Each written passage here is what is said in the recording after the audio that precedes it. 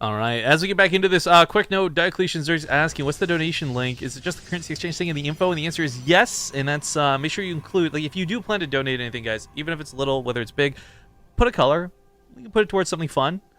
And thank you kindly in advance, I guess, and thank you kindly to everyone who has contributed already. But we are in the hashtag WCS, hashtag DH Open. I'm talking like I'm on Twitter.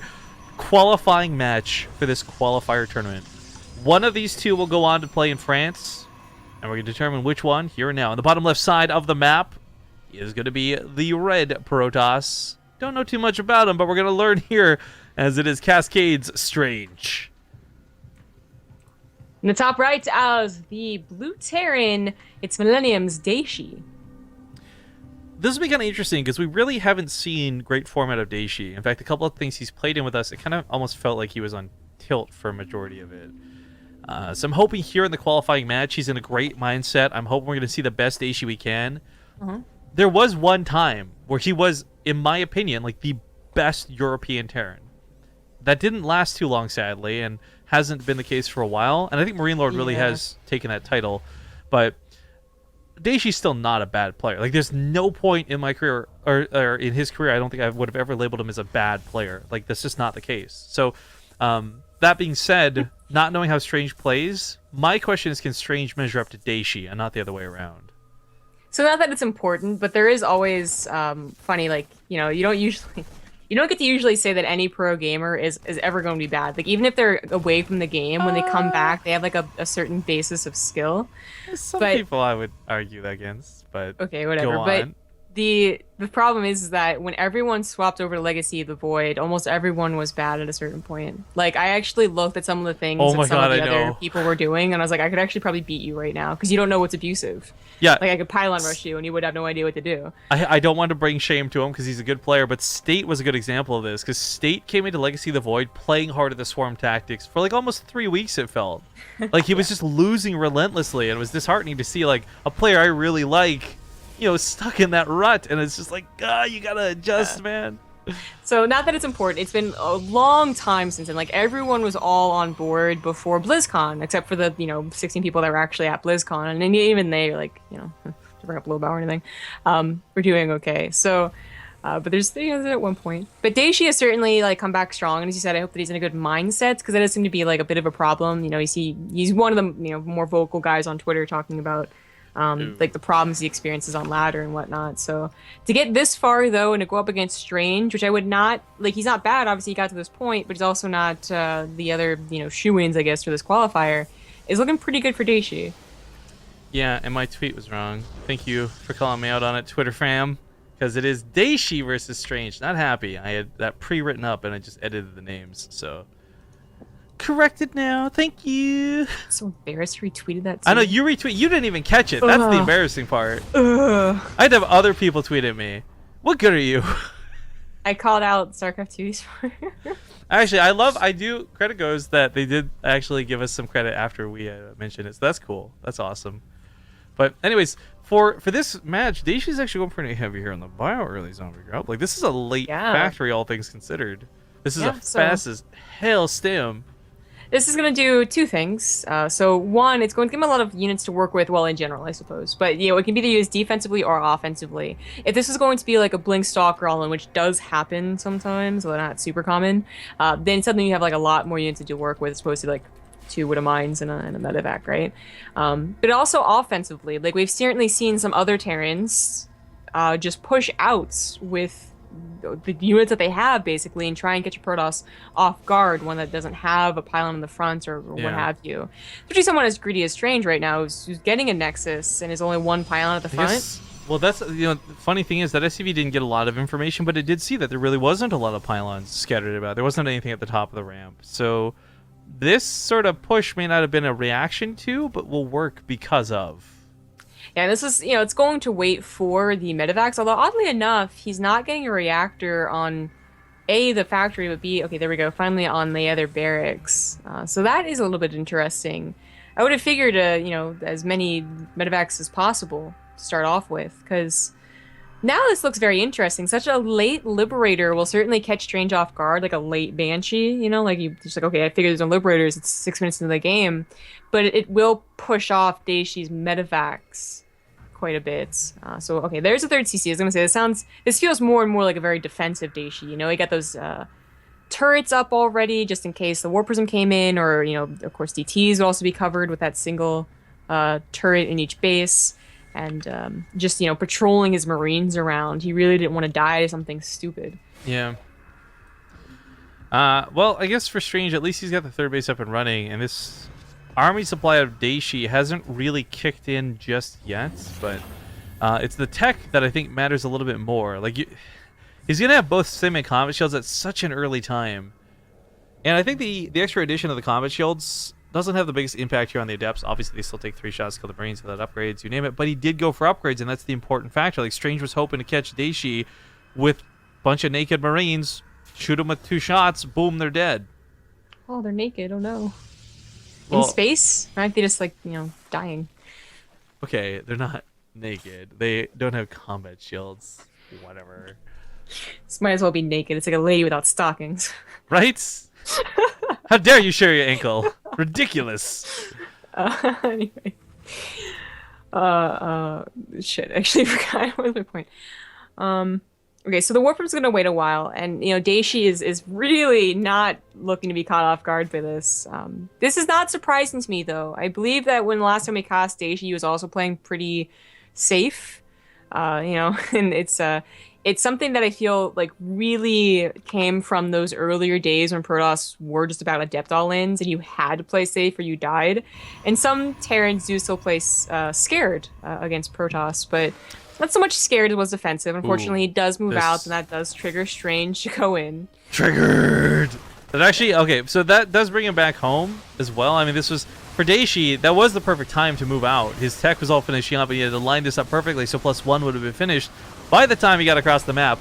12 SCVs go down. These transfers are being super annoying to deal with, but his micro's been pretty quick. He's been pulling away the SCVs. Truth be told, this number should be closer to like 26 for the dedication of Adepts that came up here. So the fact that only lost 13, it's not bad at all. Now he's going to regather his forces. He'll probably go for the push-up. There's going to still be this threat of a Warp Prism, and it's still going to be dangerous moving forward. His rally, though, should be into his main base. I know he knows the Warp Prism's still there. And this is actually becoming a really big problem. So you're right about the amount of workers killed, and this was a questionable Adept Warping. This was a strange Adept Warping. Yeah, I was going to say, this is going a lot worse for Dayshi, who was constantly having to pull back. If the Warp Prism got away again, then, like, what is he going to do? He's just going to stay at home. That's not ideal right now. But by killing so many Adepts and getting the Warp Prism, okay, whatever. I think Dayshi's now in a better position.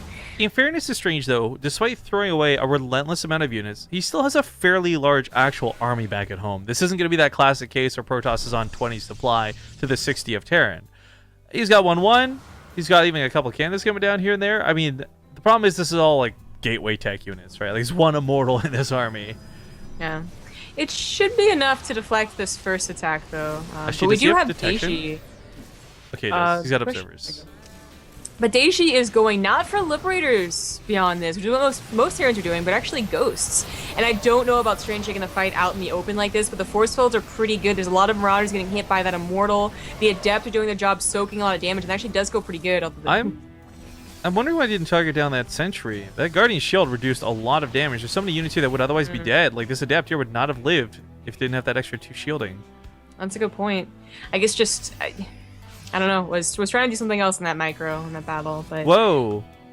Whoa! Yeah, so I saw the robotic speed come down, and I was like, okay, that's interesting to see, you know, War Prism speed or disruptors, but it is actually for Colossus. Now this, believe it or not, could be a problem. So, I don't know, Strange might just be a subscriber to the Colossus philosophy against Liberators, or he might be trying to do something new with Colossus, I'm not sure, like, actually make Colossus part of the composition again. But if it is for the Liberators... then Strange is getting too far ahead of himself. It's not Liberators, it's Ghosts. And we'll see how the Colossus can do against a mass Bio and Ghost army. Well, actually, it was specifically, again, referencing people like Happy. I know we're not casting him right now. In Heart of the Swarm, he made Ghost Viking really popular, and the way to shut that down was a combination like Colossus and Stalkers. So this is kind of problematic where there's a lot of Marauders, and maybe they get to stim in and focus the Colossus I don't know. But these Colossus, while not bringing the most damage of all time, bring a lot of splash. They bring range.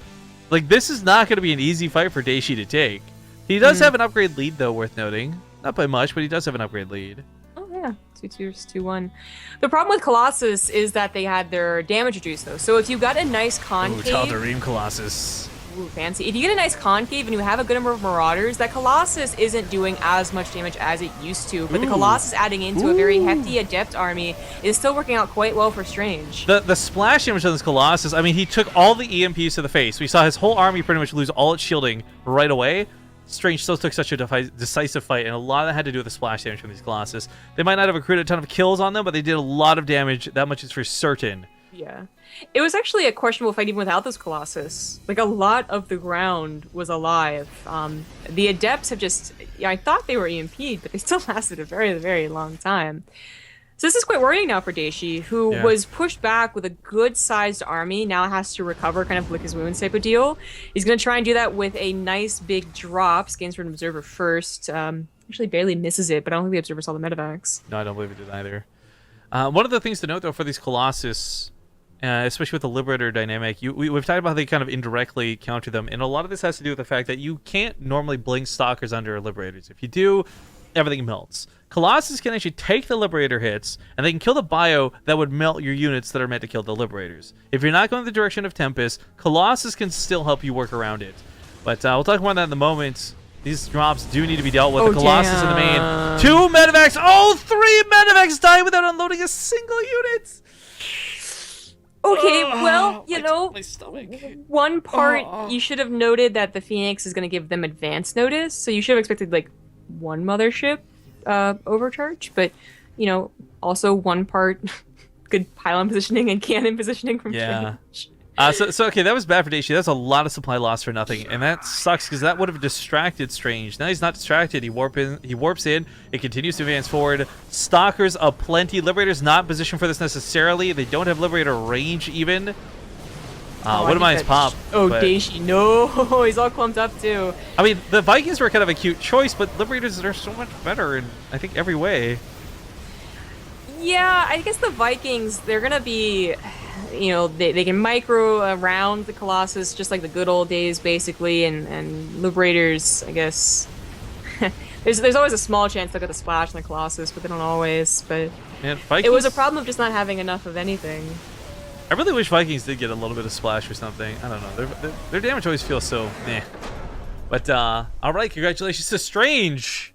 He will take game number 1 in this best of 3 qualifying match. Interesting. Very interesting. Indeed. We're going to hop off to a small break while we get game 2 set up, guys. We'll do this really quick to get it out of the way, and we'll see you all in a moment. Okay, folks, we're back, and it's game number 2 in this best of 3. This is a qualifying match for DreamHack Tours, DreamHack France, and WCS Spring Championship. Whatever you want to know it as, they're all the same thing. We just announced that Vortex was one of the first 4 players from the winner's bracket to get through. I would also like to note that Euthermal advanced to the qualifying match, and he's waiting to play against either Guru or Clem. So hopefully, maybe this times out perfectly to cast that. I'll see if I can poke him on Skype in the meantime. However, we got to focus on this game at hand, and in the bottom left side of Invader, it's going to be the blue Terran player, Dayshi. In the top left, as the red Protoss, it is Strange. Cascade Bear. Oh my god, it's been so long. That's what we call it. That's what we call the tiger. It's fine. Anywho, so Invader vertical spawns. I'm guessing Dayshi's gonna do something different, actually, more so than I'm guessing Strange is gonna do something different. Although Strange, I think the question will be, if it gets to that mid to late game, will they go for Colossus again? Because that was not necessarily like surprising in that it's a new thing to do, but that it was actually something that was brought back from like a month ago or 2 months ago when everyone was going Colossus on Dusk Towers against Terrans who were going Liberators for the most part. And I wonder if that was a map thing or he did preempt the Liberators and it was just, you know, he didn't need them even if there was Liberators or not Liberators, or if he likes them in his late game composition.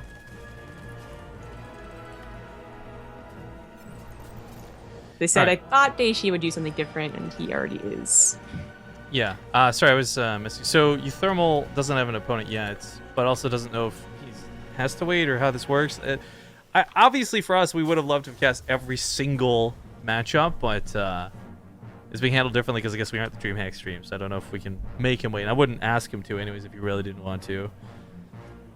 But anyways, I put the request in, and hopefully maybe this will time out perfectly, maybe it won't. I don't know. Well, I mean, it could... Hang on. We also have another thing happening outside the game. What's up? Tefl just announced that he's quitting StarCraft, I guess? That could just be, like, rage and upset or whatever, like, to losing, but... I don't know. That looks like an actual pretty serious message. I guess I wouldn't be the most surprised, to be honest. He's like the last member on Dignitas, isn't he? Yes, I think so. I can't think of anyone else now. Bling's gone, whatever. Well, that's unfortunate, but like I said, it's not totally unexpected. He hasn't been winning, you know, like top 8, top 4 occasionally, but looks like he's just been down in the dumps about his control. Well. And speaking of control, we're gonna have to see some pretty good control from Dayshi to make this initial one base work out. Of course, he's expanding now, but well, the Cyclone's gonna be really, really cool. I think the follow up to this is kind of like what we saw happen from Happy But on Arena.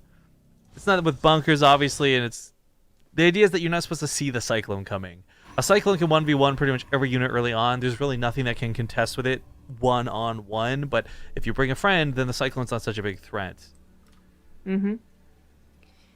Well, I can certainly see the Cyclone helping out a main push if this wasn't going to be harassment. Like, he didn't actually try and get to the mineral line, and he doesn't. He actually goes to the Mothership Core. Unfortunately, the Woodamine dies. The observer nice micro. was tagged along with. Oh, nice micro! That Cyclone is making its way across the map, but he does end up losing the army, so... or most of the army, that is. Doesn't have a lot to help back this up. This could get onto the pylon and kill don't lose that the medevac, though. Oh, my God. One more shot would have done it. All right, the Cyclone coming over here is not going to find too much. Hitting the Stalker would be best. Unfortunately, wastes the lock-on on a probe, so kind of has to disengage. Yeah, lock-on is, of course, the really cool thing that makes it able to move and shoot, so you don't really have that advantage to fight. That's why fighting one-on-one without that cooldown, it's not really not that scary. So now we have to talk about the position that Dayshi is in, and it's not a great one. You'd open up one base, even though your command center came down very shortly after, is still something to dedicate to. And really nothing came from that drop. He lost the Marines, he lost the Woodamine. What did he actually kill? A probe because of the Cyclone, and a Stalker, which, the Stalker's pretty good, but doesn't really make up for what he gave up, and I don't think that is the case. Dayshi now has some time to wait until he can pressure again, until he has that stim. Maybe if he pairs the medevac, he could try and drop stimless Marines once again, but that's, it's very rare, it's going to do a lot of damage.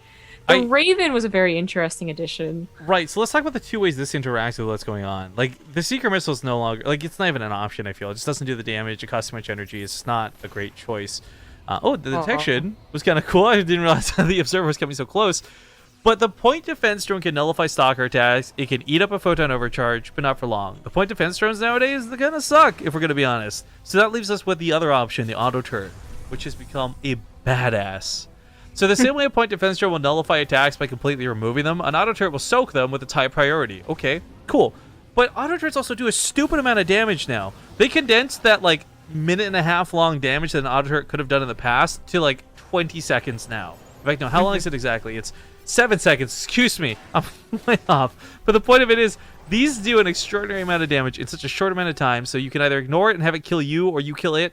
The same way you would have your shots lost through a point defense drone. So in every way possible, I feel like the auto turret is really the only option on a Raven nowadays. I agree, and with the way that you were talking, you're kind of hyping it up, making it sound pretty badass.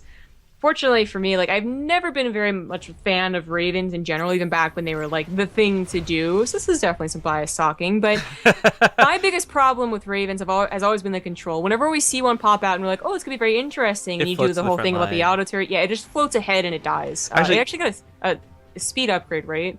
Yeah, Elevator speed. I feel like the speed that they gave it was almost a bit of a nerf more than a buff, because there are so many situations where it does fly a little too far ahead of your army and Marines don't keep up with it. So, I mean, if they were looking to make it easier to control so that it would catch up easier with stimmed Marines, I can kind of see that. But the problem is that it actually takes over priority, which has always been the most obnoxious thing about it. Right, so. that's how you buff the Raven. You make it not take priority in the control group. I actually completely agree. Like, I think if they changed that, I would use Ravens more, but you just went over all the other problems within that. The auto turret really is like the last option that a Raven has. What's really cool about the auto turret that I love too is it benefits from some weird upgrades. Like it gets building armor. Okay, that's cool. And then it's got the shrapnel upgrade, which is new to Legacy of the Void, which makes it do 30% more damage. Yeah, it's something that, like, okay, if you get mass Raven, they're gonna do mass amounts of damage, but really otherwise it's just a harassment tool. Like you put down auto turrets and it flies away quick. But you know that's a lot of gas to put into light harassment most of the time. So we'll see if Dayshi can get anything done with it. Right now, it is just primarily for detection. So may have been worried about Dark Templar, may have been worried about observers, and not wanting to burn scans. Either way, not making use of it yet. But we'll put a pin on that one. We do have a drop heading into the main right now. It's gonna be a lot of Marines, but there are overcharges ready to go. Yes, in the same position really as on Dusk Towers. He has his SimCity and he likes it. So. Dayshi will be pairing this up with the push, makes sense, but Strange had some good eyes last game. The drop goes in, and then goes out. It's almost like a bait, or tried to. Yeah, I'm not sure what that was. But the army's actually going to be met here. Once again, the Raven flying a little bit too far forward. Could have been sniped by those stalkers. Yep, man. Deadly speed. Point defense turn is going to go down, but always, as we see, it only soaks up like one barely volley of hits. Auto turret's going to come down underneath this. Again, these things hit so damn hard. 16 damage a shot every half a second. They get taken out. The army's pushed back, and Dayshi now down in supply a significant amount. He does have a drop. Finally might find its way into the third, but this is not going to be enough for damage. Stalkers blink over to focus it down, and there's still overcharges available. Well, that was... Oh, the full-on counter. The full-on counter! Yeah, I think Dayshi might just lose here, unless he can Liberator hold. And his Liberator's doing a nice amount of damage, with the one Liberator is on those Adepts. That's still a very big Protoss army. Strange, though, has got to be paying attention to it. He kills a lot of SCVs, but starting to lose out on that Adept buffer. And most of the Stalkers are gone, too. Yeah, they can't take out the Liberator now. Oh. Liberator help! Seriously, though, that Liberator. Immortals are still alive, but there's enough Marines here. Medevac's still trying to heal. A Cyclone gets in on the action as well. Wouldn't mind, too. And Strange's army does all go down. This was, you know, this isn't Heart of the Swarm. This was a lot of gateway units, and he's remaking them, and he's still rallying them across the field. Well, that aside, though, that was a push that probably should have been able to kill Dayshi. The fact that Dayshi held on, okay, that's impressive for Dayshi, but also I feel like a bit of a mistake from Strange. So as we get in here with round 2, we'll see if he controls things a little bit better. God, those Liberators are so obnoxious. Knock down the rocks on the right side, man. Coming from the side. Do not walk through this choke. You've got time. Well, he's just going to go in. Might have wanted to wait for more Adepts, though. It's quite a bit of Marauders that's getting a lot of pot shots of those Stalkers. Dayshi might just hold again, but remember, he did lose workers. And Strange, well, Strange honestly should be probably at a higher worker count. Well, but the focus fire is coming on the Marauders and the Medevacs. What really helped him hold, though, was the Liberators. The fact that those are gone now really makes this a much different game. The Mothership Core just sitting where it does. All right, Strange. We'll take the Series 2-0 and can... Congratulations as he qualifies through for DreamHack Tour. Now, apparently I'm not supposed to pronounce the S, and that's my bad, but, okay, cool beans. This means we might have synced up perfectly for Euthermal. Right, he hasn't actually started yet. Sick! Oh, nice. All right, well, okay, this means we're going to get another winner's bracket qualifying match. Euthermal will fight the winner of Guru and Clem. I gotta tell you, I don't know much about Clem, but Guru's so good, so I gotta imagine he gets through. Did you know this was gonna happen? All subs on Twitch are ad-free. Is this a real thing, or are you trolling me? It's a real thing. Ad-free subs. Watch broadcasts. You subscribe with ad-free, no interruptions. Hashtag Twitch Town Hall. Oh, I've been begging for this for years. I don't know why they made this a thing, though. This is just out of nowhere. I feel like it's April Fool's. Yeah, like, okay, well, I'm going to fucking retweet this first off, because this is actually being announced by Twitch, so this isn't a troll. This is... Oh, man. Okay, so this is cool, because we've had so long this, like, stigma where people didn't believe it. This also means we can start doing things during the ad break again with the incentive for people to sub. Ooh. That's going to be fun, because I'm not going to lie, I don't love having to mute the VOD between breaks and being worried about, like, leaving it muted. You know? So that's sick. I don't know when that's going to kick in, if that's already in place. I guess we'll find out. We're going to play ads right now. If you're subbed to the channel and you get ads, let us know. But by the way, thank you Gizmoget for the 2-month resub. Bly and Happy are going to go play each other right now too. So we'll have to pick. Oh, shoot. All right, we don't know what we're casting next. Put a pin in it. We'll tell you guys when we come back from the break.